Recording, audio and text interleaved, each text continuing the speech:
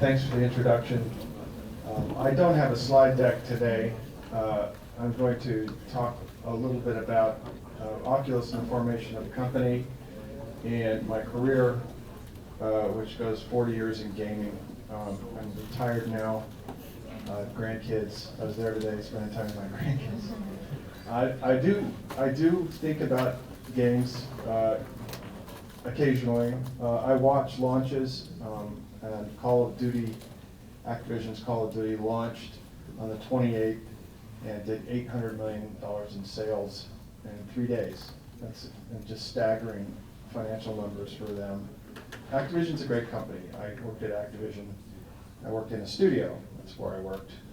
I did not work at corporate headquarters, although I did work in intellectual property there. I did patents and patenting. Patent strategies is one of my tasks, many tasks. Same thing I did at Oculus as patent strategy. So in video games, it's a very small world. And when you are working in that world, you're going to run into people over and over again, moving from studio to studio. I'm a studio guy. I worked at Red Octane, which is a studio for Guitar Hero. I was a head engineer at Red Octane also.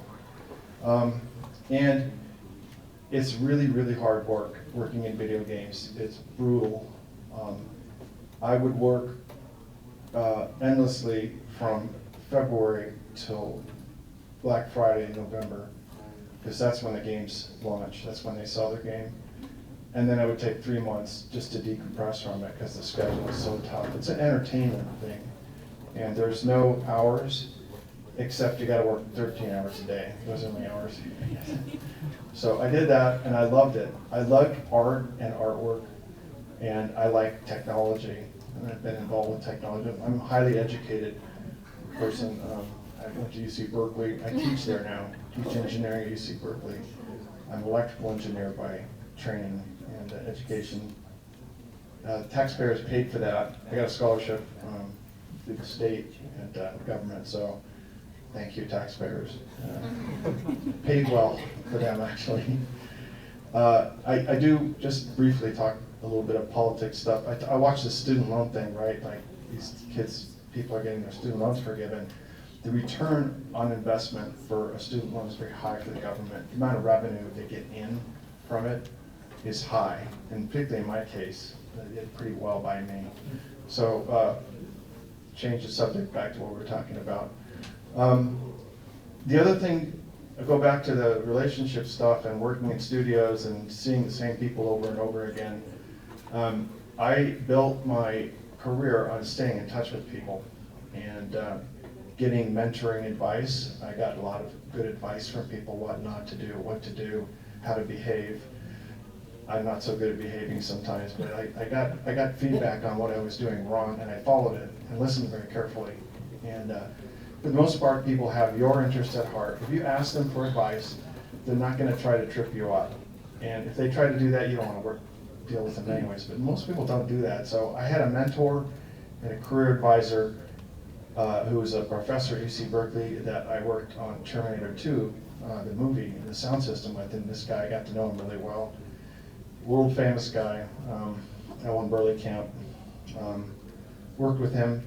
And I always bounced ideas off of him, and it's just amazing, this guy. He started Renaissance Technologies, which is a stock company. He's a mathematician, and he rewrote all their algorithms for predicting stock fluctuations and so forth. I don't know exactly what he did there, but he rewrote it all. He's a mathematician, so he modeled it in math. And the relationship with him lasted so long that when I finally retired, I've been retired 8 years now, coming up on 8 years, he got me a gig at the Math and Science Research Institute at Berkeley, MSRI. And how did I get my foot in the door? I got my foot in the door because of him. Also made donation to him, so I got my foot in the door. This relationship, he's now passed. He passed in 2019. He's an older guy. He's 25 years older than me or something. So. But I knew his whole family, and when I worked at Kodak Research, which was the company that Kodak Research did the Terminator 2 sound system. We did the digital sound system, so when I worked there with him, his whole family worked there. they were around, I wouldn't say they worked, their kids were around and running around the place, so it was really kind of a cool thing. So in Guitar Hero, okay, this preceded Oculus. There's a guy named Charles Wong, who's the head of the trustees at UC Berkeley, and he got me a gig as a trustee at UC Berkeley. Not because I always got along with him, he's really hard to get along with. He's nice, he's a good guy, he's a really good guy. He gives a lot of his money and time to UC Berkeley, so it's just the way it went down. I worked really hard for Charles to make the franchise work. I did the design work on the guitars and the electronics and so forth, and the integration. That he remembered that, and it was a well-paying job. I did pretty well there. We launched Guitar Hero, and we sold 64 million units of Guitar Hero. It was a huge hit. I didn't expect that at all. I had no clue. It's hardware. You pitch hardware to a VC, they're just like, they don't like it. They want you to get software, AI, right? AI and Metaverse, whatever. So fast forward a few years. So I left Activision in 2011. 2011, I'm decompressing again after just a marathon pace, and this kid, Palmer Luckey, and another guy, Brendan Reeve, show up at my studio. It's in Livermore, California, near my house. So they show up there, and they got this black headset in their hand, and the way they got my name, because I didn't know these guys. They're from the East Coast. Palmer lived in LA when he was 19. He's a kid. The other guy was in gaming. I didn't, but they were in West Virginia or Virginia, I think. So I didn't really know these guys. They were on the East Coast guys. So except for Palmer, they contacted Greg Deutsch, who I worked with at Activision. This is what I'm talking about, the relationship stuff, right? And they go, we need a hardware engineer who can help us design and build our headset, and who's got connections in China, which I did via Guitar Hero. And he gave him my name. They showed up. I said, Greg, thank you. They showed up at my place, and I saw it. I put it on, and I thought, that's really cool, because I'm a 2D monitor gaming guy, right? I don't really do VR stuff, so I thought it was cool. I didn't really see the great potential in it as a product, but we went ahead. The startup company, it was a startup, right? They had no money. Palmer had like $10 probably. I think he had more than that. But Brendan had some cash. He had an exit with Scaleform, a company he built, which was a video game templating piece of software. He sold it to Autodesk. He had cash. I had some cash. Another guy had some cash. We put our money in, and VCs want to see skin in the game, and we put it in. And my career is a series of boom-bust cycles, like doing well and boom. And I thought this was another case of the boom-bust cycle, but it turns out the product had traction. We launched a Kickstarter campaign. I'm not familiar with this type of marketing. I work for traditional companies like Activision. They've got their ways of doing things, and this new way of doing things. So we put it out there on Kickstarter, and it did pretty well, 10,000 units. So he goes, my boss, Brendan, goes, hey, let's go to China and find someone to build it over there. So we flew to China, and my friend, I went up to her and I said, look, help us out. She did all the Guitar Hero. I brought the business into her. It was a huge amount of money. It built her a big company in this giant factory in China. So, and I go, help us out. I mean, we couldn't find anybody for 10,000 pieces. You're looking at $200,000 in tooling cost alone. So she goes, okay, I'll help you out, but you have to pay me up front. So we had to go to our bank accounts and write checks to her. It was like $1 million or something like that to get her to even take the thing on. But they did a wonderful job on it. But we finished that in 90 days, from the time it was on a whiteboard to the time it was shipping, 90 days. And this is what I said at the beginning of my talk about the work hours in video games. It's very, very tough. And I was at a hotel in China, in South China, Shenzhen actually, it's Shenzhen Bay here. And just living in a hotel, it was pretty miserable. And the grind from the work and the problems that we had, like software and all these problems. Finally got it done. So we launched it, and it went to 70,000 pieces. So then we got traction on it, and we were in the black. There was only like 10 people at the company. Right? We're making money on this thing. Our margins were 50%. So we sold it for $350. we're making $175 on it cash, right? It's not really enough to make another one though, right? You have to sell many more to make more. So we're in need of capital. We went and found a friendly VC who was a game nut, a guy at Andreessen Horowitz, who said, I want to show this thing to someone I know. And so he said, okay, so Brendan, who ran that end of stuff, the business end of stuff, I wasn't involved with the business end of stuff too much, of an engineer, right? So this guy starts showing up at Oculus headquarters in Irvine. We started Oculus at my studio because we didn't have a building. It was just a couple of guys. They got a high-rise there and opened 2 floors, completely decked it out like a game studio, and it was all for look and show. It was really brilliant. Not my idea. Marketing sort of thing, and spinning this thing up so we could show this thing to Mark Zuckerberg when he came. Like, we wanted to see a game studio.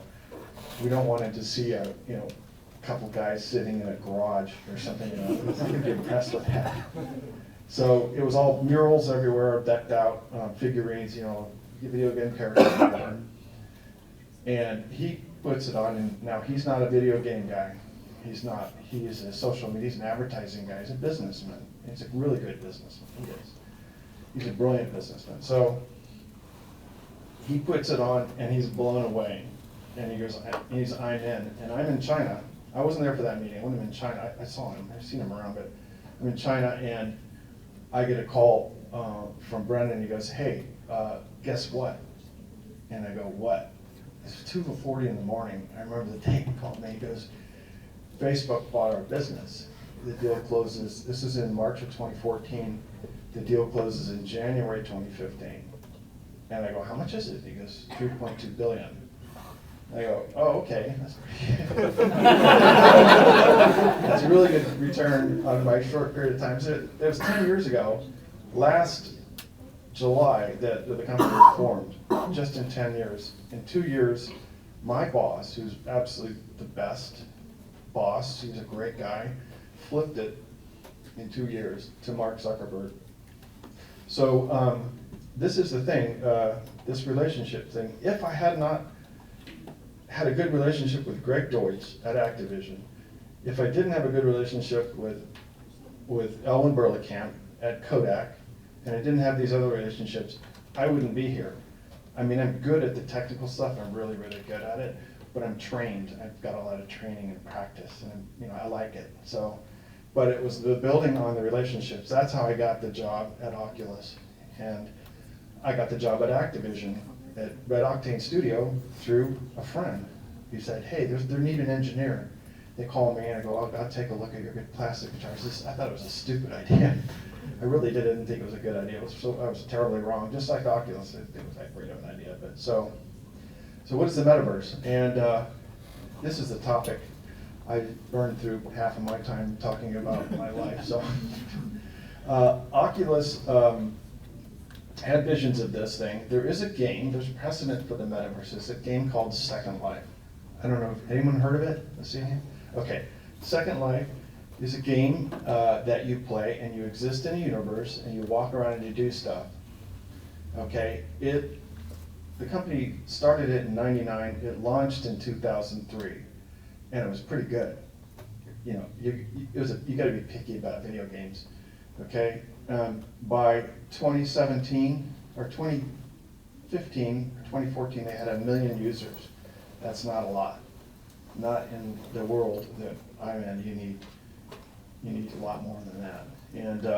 And now in 2017, they were down to 800,000, it shrunk. And the game was pretty good. It's a good game.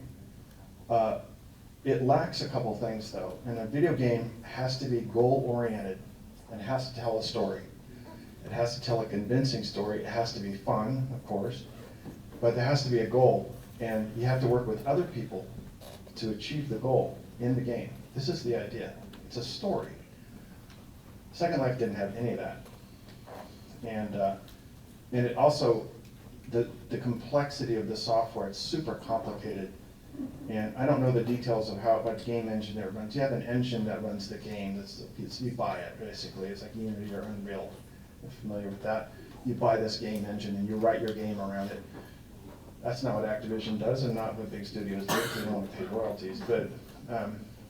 But Second Life cooked their own game engine and cooked their own virtual world. You walk around, you meet people playing the game and so forth. So back to Metaverse. Metaverse is the Metaverse has a game. It's essentially a game. It's a virtual world. Okay, it's called Horizon Worlds, and you go to these rooms and you meet people with the VR headset on, and you can have fun with them and talk to them. This is the concept. I don't get it, honestly. I think it has to have a goal, right? You have to be able to. What are you going to do when you get there? You dance and stuff, or you. It's weird. Anyways, I just think that it doesn't have that, and they didn't learn from Second Life. If you would have looked at Second Life, you would have seen what not to do. But they didn't. They went out and did their own thing. Now, because someone is good at ads and is good at running a business, does not make them a creative person. It doesn't. It means they can make the company money. And Mark Zuckerberg is great at making a company money. He's really good at it. He's figured that out. They sell your data and other things too, but he figured it out. So. This is the thing, is he's transformed himself into a video game engineer, and he's not one. He's just not that, it's not his MO.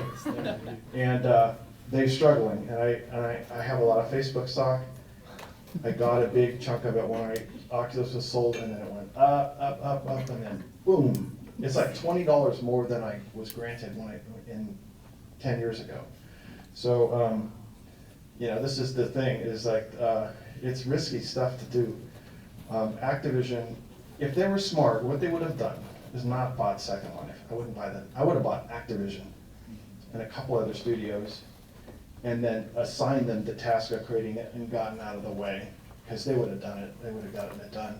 And but that's not what was done, because I think the founder of Facebook wanted to be involved in the intimate details of it. So that's my take on it. Can he fix this? When you launch a game, you don't show parts of the game, and they did. And that's like a fundamental mistake.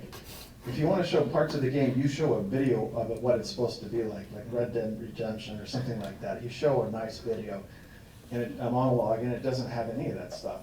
They showed partial characters, or it looks like a Nintendo 64 characters. I just don't get it. What are they doing, right? And I'm watching my stock go, so, not to slam Mark Zuckerberg. Thankfully, they bought the business. Incidentally, they said $2 billion. I hear $2 billion. It wasn't $2 billion. It's 3.2 and like 700 million in retained bonuses and other stuff. So everyone that worked there did really well. And I have a great story, because I'll tell you this story, but personal relationship story. Before Oculus, I hired an admin. And I interviewed her, I was like, nah, she's not that great, she's all right? So, and she just got divorced, and her life was not going well, I didn't think. But I said, I'll hire her, and I hired her, right? So, and I gave her the opportunity to improve, and surprisingly, she was very, very smart.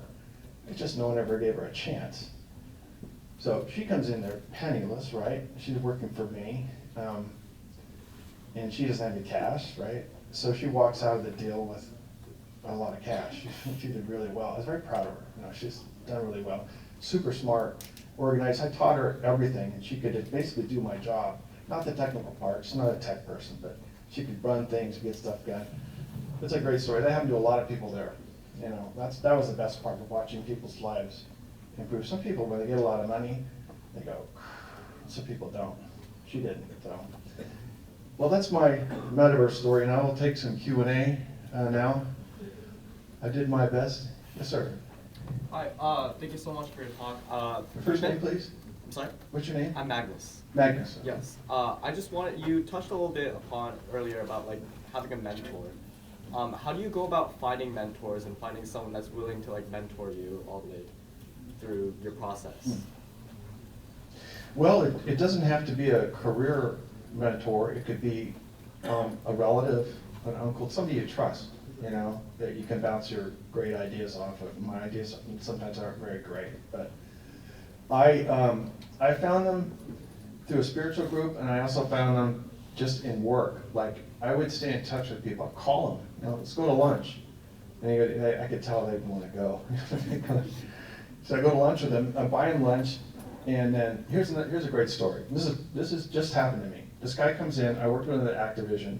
He got me introduced to Charles Wang at Red Octane. Charles hired me and brutalized me, emotionally brutalized me. No, he didn't, he's a good guy.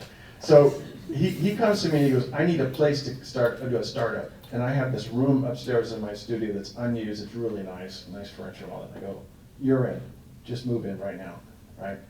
He did me such a solid that I just figured I'd return the earth. I didn't have any expectations of making any money on it. So what I did, then he comes back and goes, I need 250 grand. I go, 250 grand? Okay, all right, I got him a check right then, because what he did for me.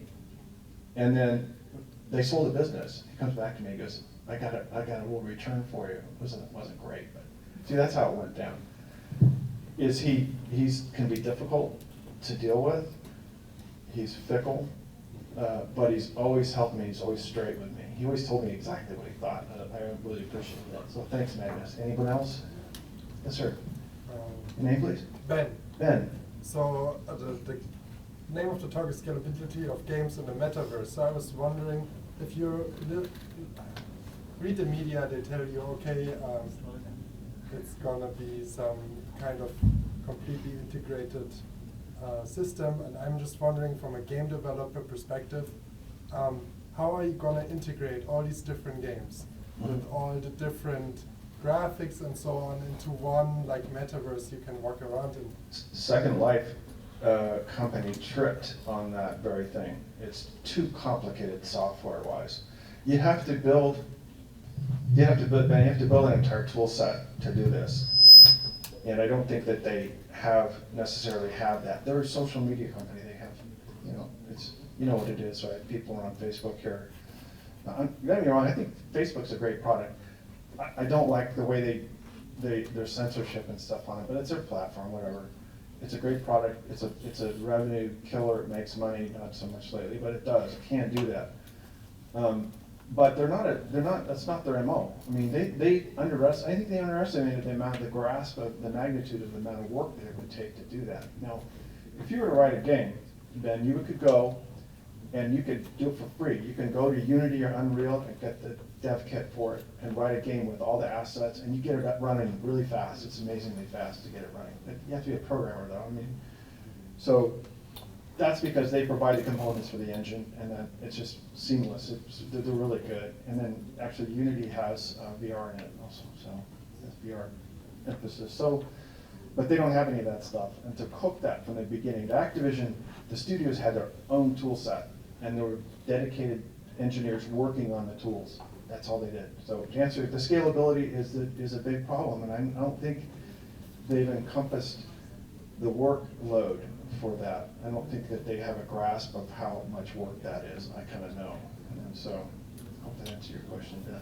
Anyone else? Yes, ma'am. Does anyone else have a question? Hi, Jeff. My name's Allie. I'll just talk out loud. It's okay. Allie, okay. Yeah, nice to meet you. I can say it too. My question is, so you have seen a lot change in the last 10 years. What are you most excited about for the next 10 years in tech?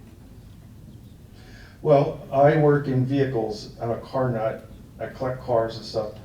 I love cars, and I love cockpit games like Forza, the other games like that. I just love those games. So that's kind of where I was, my MO in gaming. So it's not where I'm working, but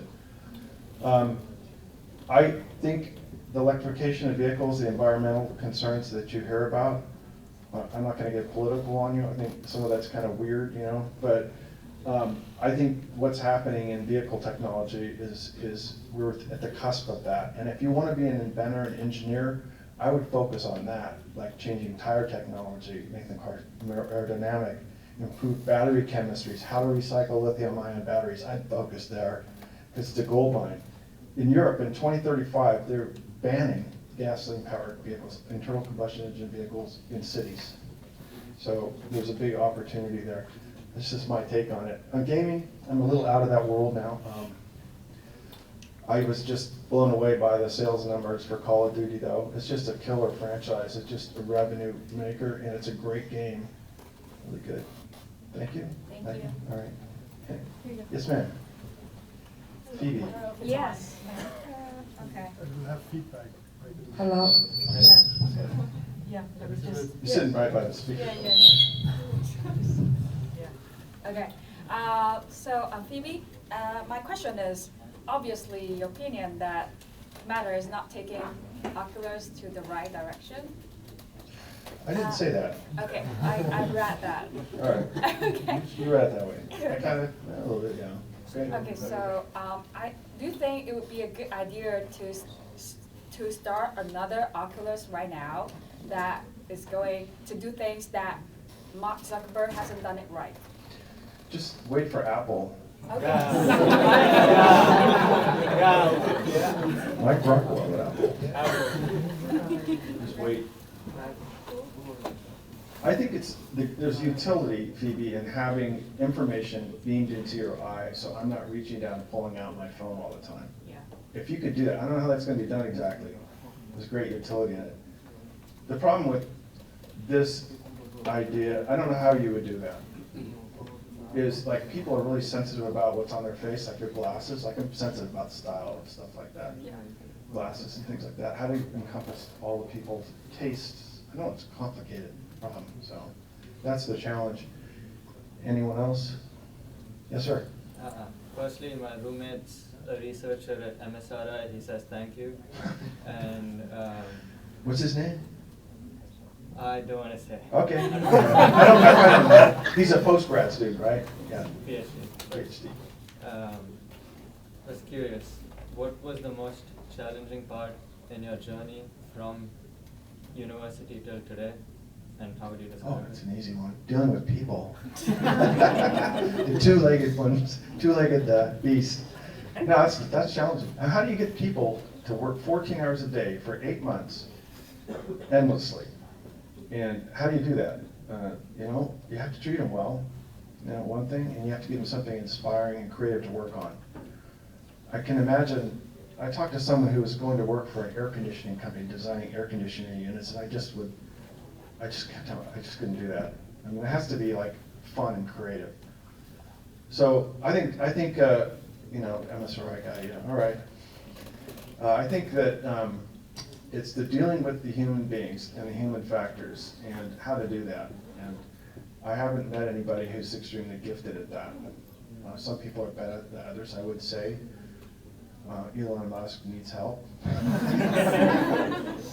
He's a bit of a, I've heard this about him.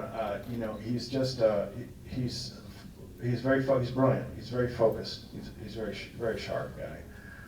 But not everyone is Elon Musk, and not everyone wants to work 14 hours a day at a car factory, for sure. And that's what happens. You have to work really hard there, apparently. So, for me, video games and the art part of it, I love that. When it launches, it's elating to see it, especially if people are buying it. If they're not buying it, it's not so elating. So, yes, ma'am. Hi, I'm Misaki. You've done a fantastic job in past, but what's your personal vision and values now? My personal vision? Yeah. Oh, I don't spend time with my grandkids. I was doing Aw. that today. When you retire, right? A lot of people think that you go and sit on a bench, like on the park and feed the birds. Nobody does that. You have to give back, and you have to do something. All the stuff you've learned in your life, you can offload that stuff on people and give it back to them. So that's kind of where I'm at. That's why I work at Berkeley, MSRI, and some other places too. Asia Society, Rand Corporation. I do that, and it's pro bono. I don't take pay for it because what's been given to me. So that's the answer. I hope that answered your question. So, you know what? I'm going to take one more, and then I got to split. Yes, sir. Yeah, so you've been working with Oculus for, you've worked with them since the beginning, and you have probably seen many products in the similar domain that have come and gone, and some are still trying to improve. Yeah. So what are some of the pitfalls that you see in this domain that people are still not getting? I thought you were going somewhere else with the question. So, someone's got to prove the market for the thing. It's a big investment. We at Oculus did this on the cheap. You know, we did it for, and like, I was getting paid like 50 grand a year. It's like nothing. I took the stock. So, you know, you gotta do this. It has to be a market for it. I just don't think there's a big market for VR. Honestly, I just don't see it. If we had a killer app, like a really, really good, well-designed game, then it's possible.